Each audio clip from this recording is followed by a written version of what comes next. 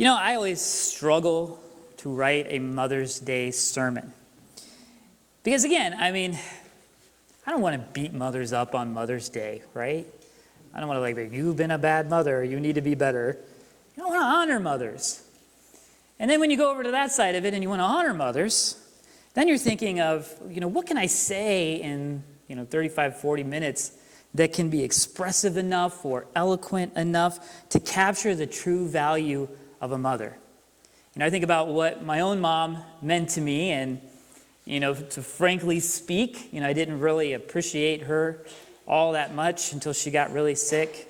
And at that point, you really begin to think about all the things that your mom did for you and sacrificed for you.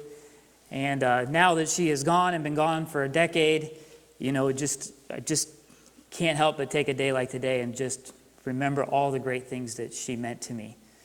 And it's the same thing with Shannon, and I think about all the great things that Shannon means to our children, and I think about Deb and what she means to my wife and to me, and just how, God has put great mothers into my life, and it's something that I want to hold up and something that I want to elevate, but I'm just not eloquent enough to capture all of that in 35 or 40 minutes. And so that's my disclaimer telling you today, I am not going to try to do that, okay? I'm not going to try to sum up the beauty of motherhood in a 30-minute sermon. Because there's few things that are more powerful than the prayer of a mom. I was watching this video the other day, and it was pretty funny because it was a politician, and he was sitting there with his mom, and they were asking him questions, and he was just really talking his mom up, and he's like, yeah, my mom, she prays for me every day. And his mom is sitting there next to him, and she's nodding her head. I pray for him every day. She prays for me hours every day. And then his mom goes, wait a second there, son. Let's not get carried away here. But there are a few things more powerful than the prayer of a mom. There are a few things more tender than the hug of a mom. It was pointed out that there's been 69 kings of France when, France was an empire and a monarchy. And only three of them were actually raised by their biological mother. The rest of them were raised by servants of some sort. And those are the only three that were just beloved by their subjects, were the ones that were raised by their own biological mom. Napoleon once said famously, right, the hand that rocks the cradle rules the world. And that's what he's saying, the most powerful people were influenced really by their mother. So the value of a good mother, it cannot be summarized, it cannot be calculated. So today what I want to do is I just want to look at the portrait of a godly mother. I want to look at the life of Mary and some episodes from her life. This is the mother of Jesus, and see if there are some lessons that we can learn. So here's a hypothetical question as we start this off. If you could choose anybody to raise your children, if you all of a sudden kick the bucket for some reason tomorrow, you and your spouse, who would you have raise your children? Many of us have to think this through, right? Because it could happen. And so, I don't know, we don't do godparents kind of in our religious tradition like other religious traditions do, but, others, they'd make a very formal ceremony and, they pick somebody that they think this is going to be the perfect family to raise my kids if I can't raise them myself. And there have been a couple times where people have approached Shannon and I and said, hey, if I pass away, will you raise our kids? This happened twice. And I remember thinking at the time, right, that's a huge responsibility. I got an army of kids of my own. But yes, because what a great honor for somebody to think, if somebody would raise my kids besides me, I would want it to be you. We have determined that Jack and Deb, unless they kick the bucket before us, that they would raise our kids. And we put a lot of thought into that. We were like, my dad, your parents. No, just kidding. But, we trust them enough. We would want them to raise our kids if we couldn't raise them ourselves. But we don't really have unlimited options, right? I can't say, I really like Jeff Probst, the host of Survivor. Maybe he could raise my kids. I can't call Jeff Probst up on the phone and say, hey, Jeff, could you raise my kids if I die? He'd be like, who are you, right? So I'm limited in my scope, Okay, I wouldn't want Jeff Probst to raise my kids anyway. But we're limited in our scope to people we know, people that are around us, people that care enough about us that they would take that on, that responsibility. But God was not under that kind of constraint, right? So when God was deciding, as he stepped into the world to save humanity from sin, he was going to be born as a humble, dependent little baby, and he could have chosen anybody at any time and any place, and he chose Mary. So what is special about Mary? What makes her set apart? What are some things that we can learn from her life? That's what I want to say. So, I mean, because, what was it about her? I mean, apparently she wasn't wealthy. She didn't have any other children for Jesus to play with. She wasn't famous. She wasn't well educated. She wasn't experienced. She was probably only 13 or 14 years old. So for God, this question wasn't hypothetical. He looked at all of the people that he could possibly look at, and he decided to come into the world as the child, as the son of Mary. So what can we learn from her today? Okay, so too often in Protestant circles, we kind of downplay Mary. And, we cart her out at Christmas time and say, hey, Mary, how you doing? And then after Christmas is over, go away. All right? And I think what that is it's kind of because we're overreacting to the Roman church. I mean, we talk a lot about Peter. We talk about Paul. We talk about Abraham and Isaac and Jacob. We even talk about a lot of famous women of the Bible like Sarah and Ruth. But sometimes Mary gets ignored. And I think our reluctance to appreciate Mary is because of the Roman church kind of putting way too much emphasis on her, and so we're kind of reacting against that. So I just want to talk for a second about how that happened and why we probably shouldn't go down that road. So if you remember one of the last scenes in the Gospels, the Gospel of John, we just preached through that just last year. If you remember, one of the last scenes is that Jesus is on the cross, and he kind of has a similar decision. My mom needs to be taken care of, and so he says to John, you'll take care of my mom. Now, we don't know why this decision happened. We know that his brothers, like Jude and James, were still alive. I mean, why wouldn't they take care of Mary? But tradition tells us that this is exactly what happened, that John did take in Mary into her home, and that she lived with him for the rest of her life. They actually moved to the city of Ephesus. The city of Ephesus is in modern-day Turkey, so they moved pretty far away. And when they died, when Mary died and John died, just a few decades after their death, they actually built churches in Ephesus in their honor. So there's a church dedicated to Mary there. There's a church dedicated to John. All right, 431 is where things start to get a little bit different. There's a church council in Ephesus, again, where Mary is pretty revered. And that's where they first determined that Mary should be called the Mother of God.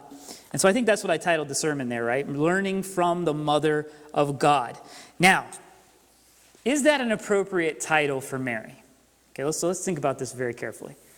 Is she the Mother of God? Well, in a sense, right? I mean, Jesus is the second person of the Godhead, and he was born to Mary. But when I think of the Mother of God, I think of somebody, birthing God, like somebody that existed before him and maybe could be greater than him. And that's not necessarily the case with Mary, right? Jesus existed before he was born to Mary. He entered into human history with Mary, but Mary was not his origin.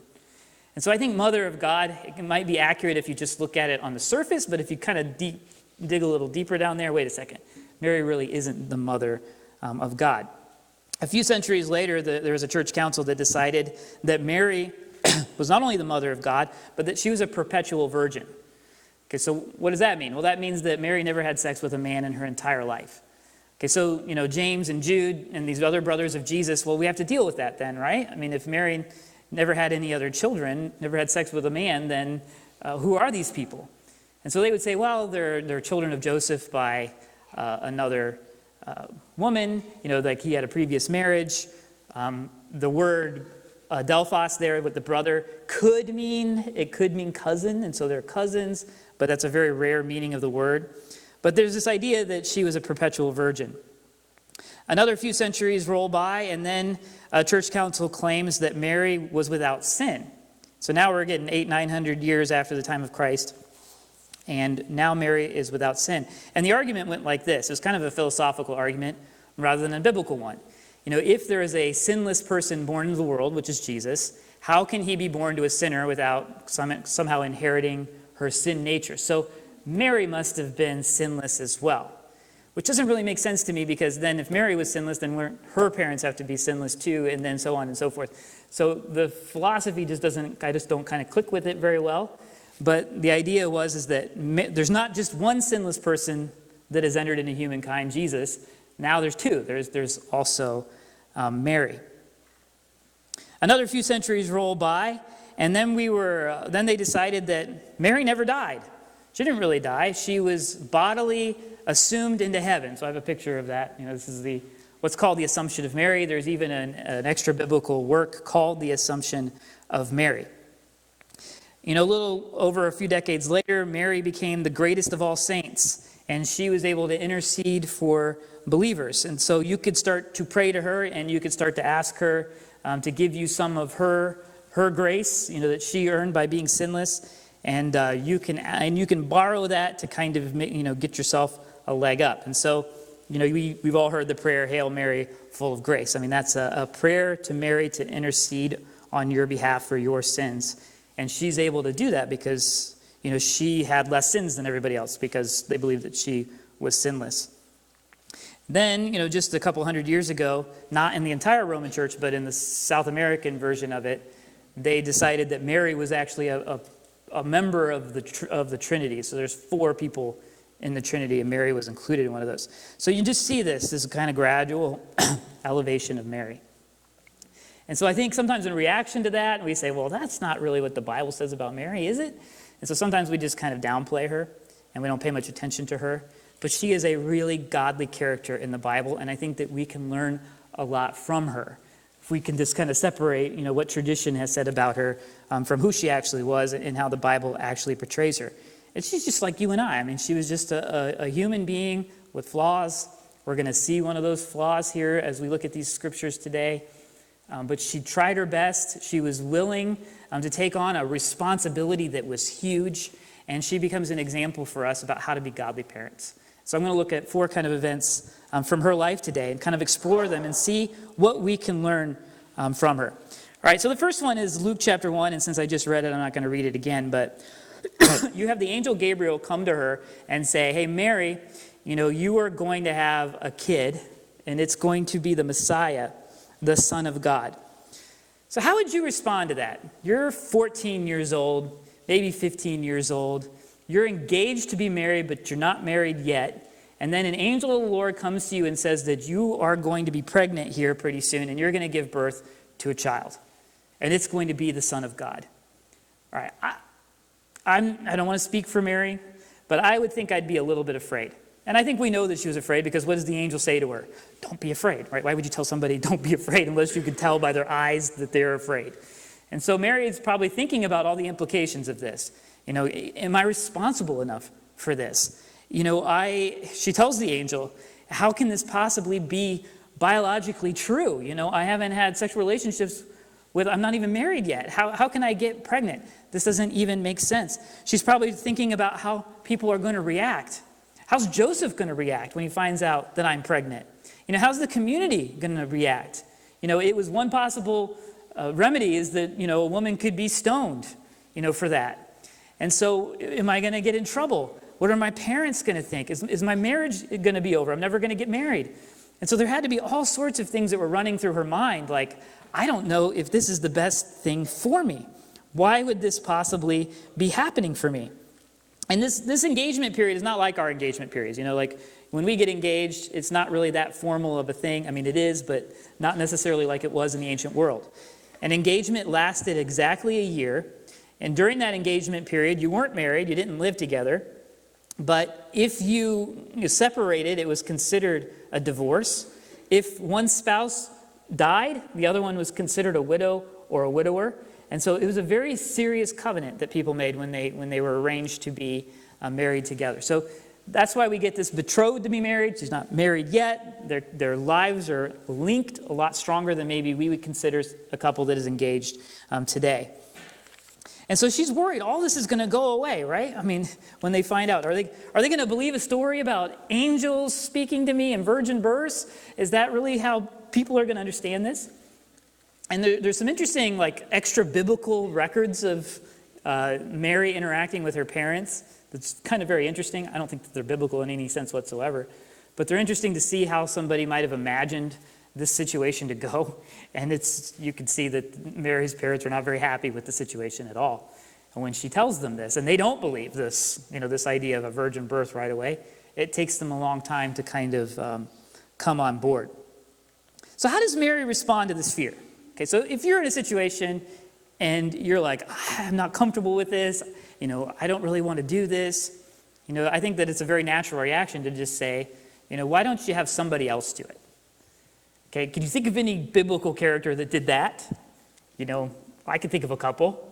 Let's start with Moses, right? Moses goes out into the middle of the wilderness and he sees the burning bush, and the burning bush begins to talk to him. It says, this is the I am speaking, and I want you to go to the Pharaoh, and I want you to tell him, let my people go. And Moses is like, right on board, bud. Whatever you say, I'm going to do it. No, Moses is like, what are you talking about? Not me. I don't have the skills for this. Aaron has the skills for this. Let him do it. And so he's automatically like, no, he's trying to push the responsibility off onto somebody else. We don't even have to go far from the story of Mary to find somebody like this. We can just go one chapter back, just actually a few verses back, with her cousin Zechariah. What does Zechariah do? God comes to him through the angel and says, you're going to give a miraculous birth in your old age. You're going to give birth to John the Baptist. You're to name the child John. And what does Zechariah say? Sure, buddy. Whatever you want me to do, I'll do. He's like, it can't happen. I can't have a kid. I'm old.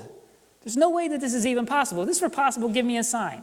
So I guess it's not enough of a sign that an angel comes and tells you something. You need more of a sign than that. And so the sign that God chooses is he strikes him dumb, and he's not able to speak until the baby is born, and he finally names him John. And so we don't have to go very far to kind of find examples of people where God comes to them and says, this is what I want you to do. And you see the person say, that's not what I want to do. I don't think I'm the right person for that job. So here we see Mary gives us the right example. And Mary says, I am your servant. Whatever you want me to do, I will do. Even if it meant difficulty for her, even if it meant social ostracism for her, even if it meant people thinking that she was a liar or that she didn't know what she was talking about, or even if it meant the destruction of her marriage, it didn't matter. If it's what God wanted her to do, then she was going to do it because it was the right thing to do. And so I think that Mary becomes a good example about how we kind of handle adversity in our life and how it kind of butts up against what God wants from us. Yeah, sometimes doing what God wants us to do is going to be difficult. It's going to be hard. But we need to shoulder the responsibility rather than try to abdicate it or try to give it away to somebody else. Well, I think you got the wrong person. I'm not the person for this. And let's face it, when we think about parenthood, parenthood is a huge responsibility. And God may not have called you to be a parent. God may have called you to be a parent. If God's called you to be a parent, it is a huge responsibility. And it's something that we should take seriously. It's something that we should shoulder, that we should put our entire emotional energy into. We want to make sure that we can raise our children in the best way that we possibly can, in the most godly way that we possibly can. And I think in that way we follow in the godly footsteps here of Mary. So, I think so often Christians think that we're never going to encounter trouble. And that if we encounter trouble in this world, then there must be something wrong with me. I must have done something wrong, or I'm being punished, or God must not exist because why would he let bad things happen to me? Okay, and it still shocks me when I hear this from people, because I always think in my head, well, haven't you thought this through before? I mean, it was just until something happened to you, that you thought this through, because bad stuff happens to everybody all the time. We have to learn how to deal with this issue, that hard things come our way. So why is this world hard to live in? Why is there problems in this world? Well, it goes back to sin. Sin came into the world through Adam and Eve, and we've been inherited that sin nature ever since. And sin creates all sorts of problems. And as long as sin is in this world, it's going to continue to create problems. There's continuing to be poor health situations. There's going to be relational problems. There's going to be difficult times that come our way. Now, and God doesn't say, well, okay, once you're a Christian, then I'm just going to take all those away from you. No, God is working on those things on a macro level. He sent his son into the world to give his life for sin. He rose again 3 days later to defeat death. God is in the process of returning the world back to where it should be. But in the meantime, yeah, we're going to have to struggle with a sin-cursed, broken down world, and there's going to be difficulties, and there's going to be trouble. And it's no different with your kids. Your kids are going to face difficulties. They're going to face struggles. They're going to face into the wind. And so the question is how do we handle those situations when they come? Well, first of all, we need to understand that God's going to be there right beside us.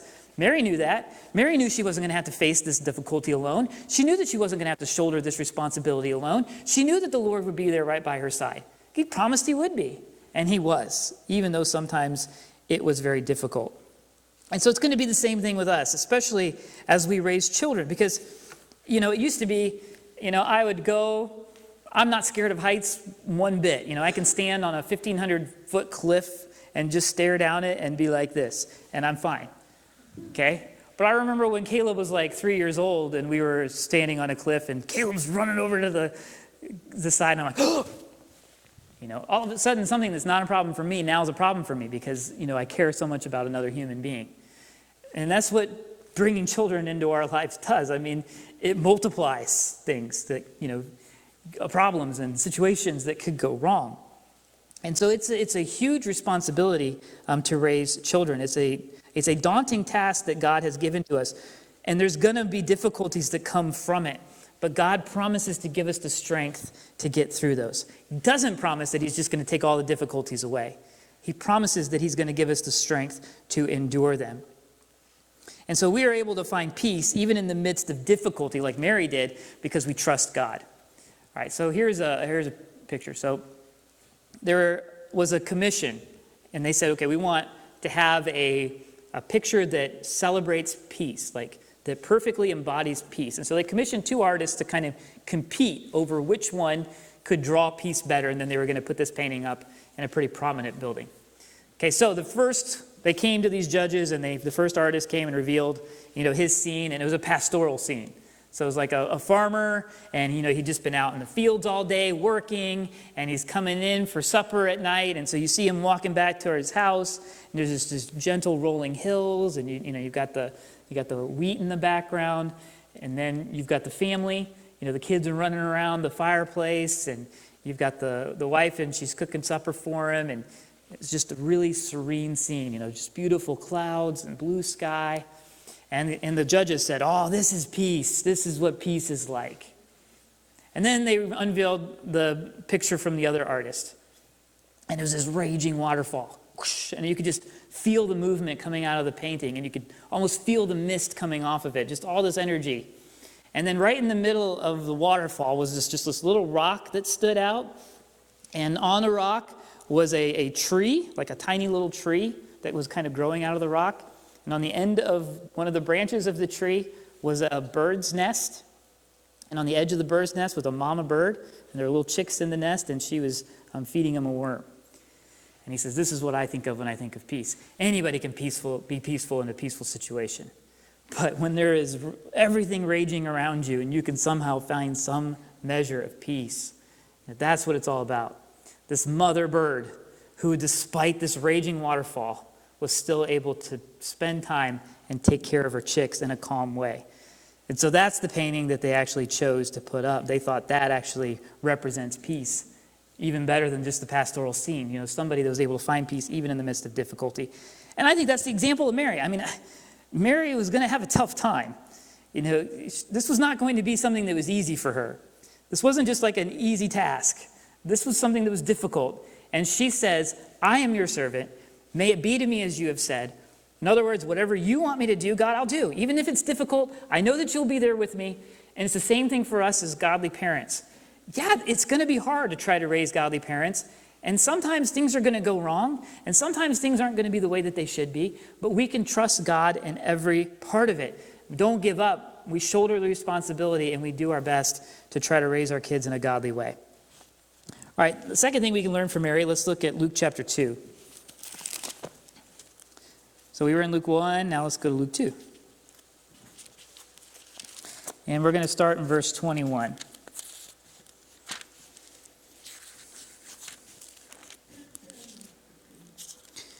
At the end of the 8 days, when he was circumcised, he was named Jesus, the name given by the angel before he was conceived in the womb. Now, when the time came for their purification according to the law of Moses, Joseph and Mary brought Jesus to Jerusalem to present him to the Lord. Just as it is written in the law of the Lord, every firstborn male will be set apart to the Lord, and to offer sacrifice according to what is specified in the law of the Lord, a pair of doves or 2 young pigeons. Okay. So what do we see here? We see that godly mothers set their children up for spiritual success. Godly mothers set their children up for spiritual success. You know, Abraham Lincoln once said, he said, "No one is poor who has a godly mother." That's definitely true. You know, Dwight L. Moody, who's a famous evangelist, said, "All that I've ever accomplished in life I owe to my mother."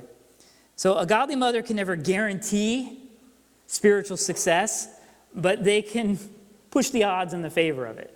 That makes sense? So like, if you raise your child up perfectly, and you don't ever do anything wrong, which of course isn't possible, but even if you could, that does not necessarily guarantee that your child is going to turn out as a godly spiritual person. Because they have their own free will. They make their own choices.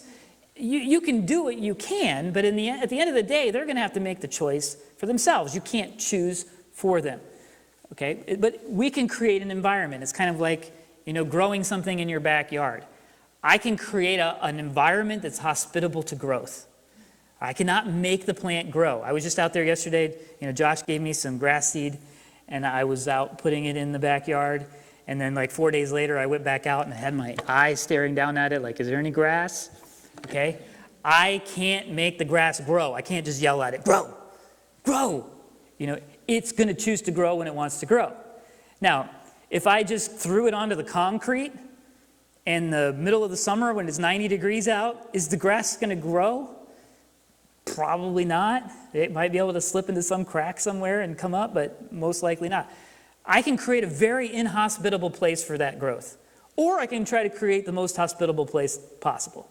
And it's the same thing with children. You know, we can't make them be godly people. We can't make them make right choices. But we can create an environment, a supportive environment, a place where that is valued. We can try to create an atmosphere where they can grow and come to know the Lord. And I think that's what we see Mary doing here and Joseph doing in the early days of Jesus' life. I mean, they're starting right from the beginning. So the first thing we see here is the circumcision on the 8th day. So, you know, in the law, it says that a male Jewish child should be circumcised on the 8th day of their life. And this is a huge celebration. So not like circumcision that we do today where the doctor does it on the day of or whatever. You know, you would invite your whole family. You would invite your friends. Everybody would come to your house. You would have a big potluck. You know, the rabbi would go into the back room and perform the surgery, and the baby would scream at the top of his lungs, and everybody would cheer at the baby screaming.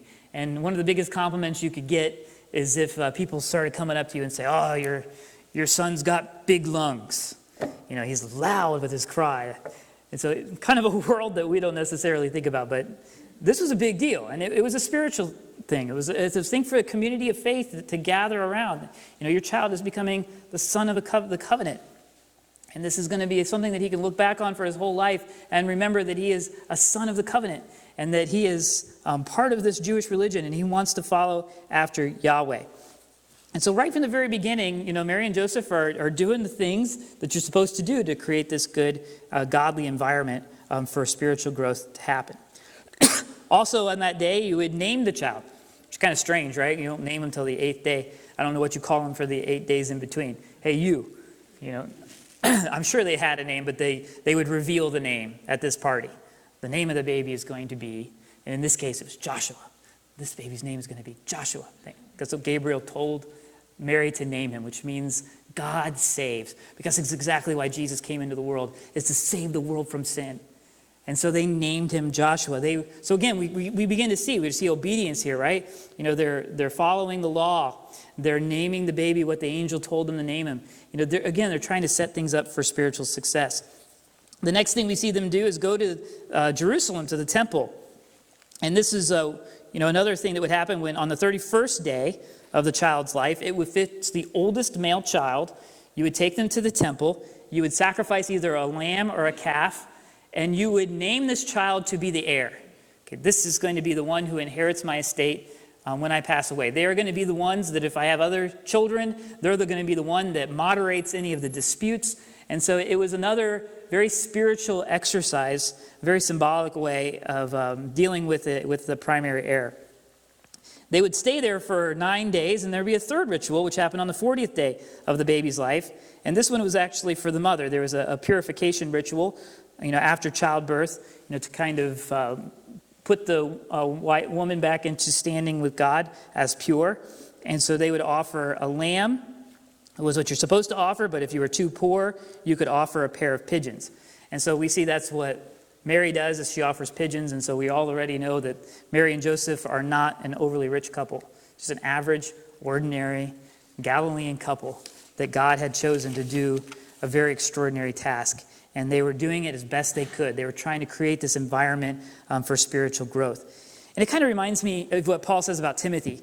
Timothy says to Timothy, he says, man, your grandma and your mom, they really know the Lord. And I can see it in your life because from infancy, they taught you the Holy Scriptures.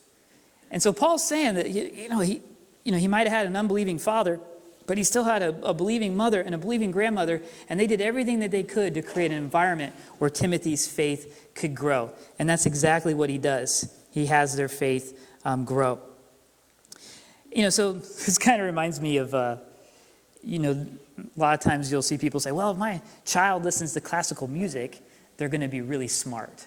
And so you see these women, they put the headphones on their belly, and they crank up Bach or something in Beethoven and have them listen. And I don't know, maybe it works. But you can kind of see that attitude. From infancy, I'm going to make sure that my child has what it is to succeed intellectually. And so as godly parents, we want to do the same thing. We want to make sure that we do everything we can to make sure that the environment is for them to be able to grow spiritually. There's this passage from Deuteronomy, and Mary probably would have recited this to Jesus every day of his life. It's the Great Shema. Some people say the Lord's Prayer every day. This was like that in Judaism. Is the Great Shema was recited almost every day. So let me read it to you. Hear, O Israel, the Lord our God, the Lord is one. There's only one God. Love the Lord your God with all of your heart and with all your soul and with all your strength. These commands that I'm giving you today are to be written on your hearts. Impress them on your children. Talk about them when you sit at home and when you walk along the road, and when you lie down and when you get up. Tie them as symbols on your hands and bind them to your forehead. Write them on the door frames of your houses and on your gates. Okay, so there have been Jewish people throughout history who have taken this very literally. Like they literally wear the Word of God on their forehead or tie it to their wrists. Those are called phylacteries. Or mezuzah, they actually put it on their doorposts. They put a piece of the Word of God, usually Deuteronomy 6:4. But this was a metaphor of just saying, wherever you are, whatever you're doing, bring the Lord into it. And in that way, you're creating an environment for your children to grow spiritually, a hospitable environment rather than an inhospitable one. Can you ensure it? Can you make it happen? Is it some sort of mathematical formula? Of course not. But we can create an environment where spiritual truth can be heard and where people can grow. And so we want to teach our children the stories of the Bible. We want to maybe encourage them to memorize important parts of the Bible. We want to help them to learn important truths. We want to make sure that they know the gospel and the significance of Christ's life and his sacrifice for sin. We want to lead them to participate in the life of the church and to use the spiritual gifts that they have to reach out to others.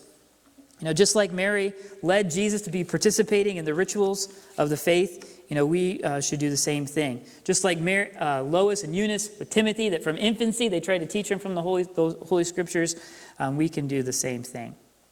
So I think that's another thing we can learn from Mary, is that we should create an environment where our children can succeed spiritually. All right, now turn with me to Mark chapter 3. So going back a book. And here we're going to see, maybe Mary didn't do everything right. Look at verse 31. Mark 3. Then Jesus' mother and his brothers came. Standing outside, they sent word to him to summon him. And a crowd was sitting around him, and they said to him, "Look, your mother and your brothers are outside looking for you." And he answered them and said, "Who are my mother and brothers?" And looking at those who were sitting around him in the circle, he said, "Here are my mother and brothers. For whoever does the will of God is my mother and brother and sister." Okay, so that's the climax of it. Let's go back and look at the beginning. Look at verse 20. Now Jesus went home, and a crowd gathered so that they were not able to eat. When his family heard this, they went out in order to restrain him, for they said, he is out of his mind. Okay, so why were Mary and Jesus' brothers, we're assuming at this point Joseph must have passed away since he's not there. Why were Mary and his brothers there? They were there to restrain him. The word is to arrest him, to take him by force. So this is what I think happened, right? Jesus is doing all these crazy things in Capernaum. He's shaking up the establishment. And some of these religious leaders there in Capernaum are getting upset. And we see that also in this passage, that they're very upset with him. And so news gets back to Nazareth. Hey, do you know what your son's doing? Do you know what your brother's doing? He's causing all sorts of trouble in Capernaum. You guys need to do something about it. And so Mary and Jesus' brothers literally think Jesus is crazy. They think that he is out of his mind. And so they travel to Capernaum in order to arrest him. They're going to tie him up, and they're going to take him back home, and they're going to try to talk some sense into him. What are you doing? When literally what Jesus is doing what God wanted him to do. He was moving forward with the mission of God.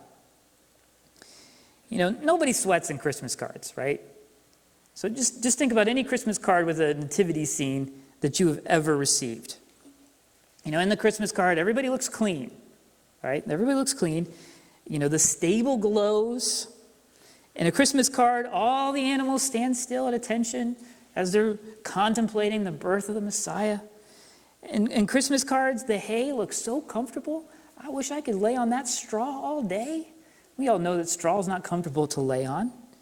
So, the real stable was quite different. It would have been filled with movement and animals and awful smells and goats trying to eat from the manger and insects trying to bite you. Jesus was in a real stable. Mary gave birth in a real stable. I doubt that's how she wanted it to happen, but that's how it happened. So life is never like the Christmas card, but that's okay. And that's what I think we see here is that, everything wasn't always perfect. Mary didn't always do everything just right. She's literally trying to stop Jesus in his mission here. And maybe she does something later in her life that she was embarrassed of. She accuses her own son, the son of promise, of being out of his mind. Have you ever thought somebody's out of their mind? I remember a guy coming up to me a couple years ago, and he's like talking about how he's going to buy this $500,000 house. And I know the guy makes $55,000 a year. I'm thinking, okay, you make $55,000 a year. How are you going to buy a $500,000 house? You're out of your mind, right? And just different things that happen where you just say to somebody, is out of their mind. I had a friend of mine that decided he was going to jump out of an airplane. I was like, more power to you. You're out of your mind. I would never, ever, I'm not afraid of heights, but even I wouldn't do that. I'm not jumping out of a plane. And so here, Mary and Jesus' brothers literally think that Jesus is out of his mind. They think the only solution that they have is to arrest Jesus, is to take him captive and to return him back to home and talk some sense into him. And what does Jesus say? Jesus says, I guess, you are my mother and my brothers, talking about his disciples at that point, because you are the ones who are trying to support the mission going forward when my own flesh and blood, my brothers and my mom are trying to stop me. So I think that this is encouraging, actually, right? It shows us that Mary was not some perfect person, that she didn't have any more insight than the rest of us. She was just listening to what she had heard, trying to make the best decisions that she possibly could, and sometimes she made the wrong choice. Failure is going to come. As a parent, you're going to fail. You're going to mess up. You're going to respond to your kid in a wrong way. You're going to point them in a wrong direction. It's going to happen. So the question is when the mistakes come, how do we handle it? Question isn't, will the mistakes come? The question is, how will I handle it when the most mistakes come? And of course, what we need to do is we need to ask forgiveness from the Lord, ask forgiveness from our child, and then try to move forward in a better direction. Augustine was a famous theologian and is considered one of the great church fathers. And we actually know who his mom was. His mom was a lady by the name of Monica. And she loved her child. And she tried everything she could to set him up for spiritual success. But Augustine, when he became a teenager, decided that he didn't want to have anything to do with the Lord. He didn't want to be a Christian and kind of went his own way. And we have described for us that Monica would go to bed each night in tears, praying for her son to come to know the Lord. And eventually, Augustine came to her and said, I want to move to Rome. And she said, you can't move to Rome. Rome will not be a good place for you. It will be a place where you learn bad things and go further down the road. You need to stay. She even went to her priest and said, hey, can you talk some sense into him and tell him that he can't go? And, she's crying the whole time. And the priest says to her, that, there's going to be good things that happen because, those tears show me just how much you care. So Augustine ended up not listening to his mom, and he went to Rome. And it was there that he actually learned the gospel message, where it actually hit home. He repented of his sins and he came to know the Lord. So if Monica had succeeded in keeping him at home, might have made her feel better, but it would have stopped the plan of God for his life. So Monica thought she had failed, but really she hadn't. So we're not always going to know what's best for our kids. We're not always going to do the right thing. We're not always going to make the wisest choice because we're human. It's going to happen. And so we can beat ourselves up and feel guilty for the rest of our life, or we can try to rectify it, and we could try to move forward in a better direction. We can repent of whatever we did wrong, apologize to God, apologize to our child, and then move forward in a better direction. And I think that's what Mary ends up doing. We don't see Mary estranged from Jesus forever. It wasn't like he just left them out in the cold and said, I'm done with you people. We see Mary come back onto the scene pretty quickly. And so she must have, saw the error of her ways, and she must have come back. And so we just need to remember that's going to happen. We're going to make mistakes, but the best thing we can do is rectify those mistakes. And the last lesson I think we can learn from Mary is that we should be supportive of our kids. We should believe in them. And not only do we just want to create an environment, where, this growth can happen, but we want to be an active cheerleader for them too, of that growth. So, I guess you could look at it as me going out tomorrow and into my yard and getting down on my knees to that grass and saying, please grow, and I cheerlead, clap. If I see one come up, oh, that's good, more please, right? We should be active cheerleaders for their growth. We should be our children's biggest supporters. We should be trying to help them in any way that we can. And I think we see this in John chapter 2, and I'm not going to read that, it's a pretty famous story. They're at a wedding of a friend in Cana in Galilee, Jesus and Mary and the rest of the family. And the family runs out of wine. And Mary knows about this. She knows that they're out of wine, which tells me that this must have been a really close family friend. When something goes wrong at your wedding, you're not just going up random strangers and saying, oh, we're running out of food. What are we going to do? You go up to the people you know and trust and say, oh, we're running out of food. Go to McDonald's and get some Happy Meals or something. Okay, so they come to Mary and they're like, Mary, we're running out of wine. This would have been a very embarrassing type of situation. So what's Mary do? I got you. Hey, Jesus, come over here. And all she simply says to him is, they're out of wine. Okay, she doesn't say, hey, go do something. She just says they're out of wine. And Jesus says, well, what does that have to do with me? Why are you telling me this? Of course, we all know why she's telling him this. She believes in him. She has faith. She knows that he can do something here. I don't know. Does she think that he can turn water into wine? I don't know. She might. She believes at least he can do something supernatural that anybody else can't do. She believes in him. And she kind of gives him a push, right, in the right direction. She becomes his cheerleader. He says, now's the time. Let's go. Do something. And so I think Mary believed in Jesus. She knew that he had power. She knew that he wanted to use that power for the good of the world. Jesus didn't yet know if it was his time. But apparently this wasn't a strong enough no from Jesus, what does this have to do with me? And so she turns to the servants and she says, whatever he tells you to do, do. And so Jesus says, okay, go get me some water in these big barrels, and then he turns it into wine. She knows he can do great things. She believes in his potential. She believes in his wisdom to solve problems, and she cheerleads him. She supports him. And I think this becomes a good example of godly parenting as well. Not only do we just want to create an environment where they're introduced to spiritual concepts, but we want to cheerlead that they go in a right direction. So I believe that, Mary is a good example of what it means to be a godly parent. She shoulders the responsibility. She does it well. She knows it's going to be difficult, but she pushes forward anyway. And she knows she can do it with the help of God. She tries to create an environment where Jesus and her other kids can learn about God and grow in their faith. She understands that when you do something wrong, you make it right. And finally, she cheerleads for her children. She tries to push them in the right direction and support them in any way that she can. Let's pray. Dear Lord, again, as we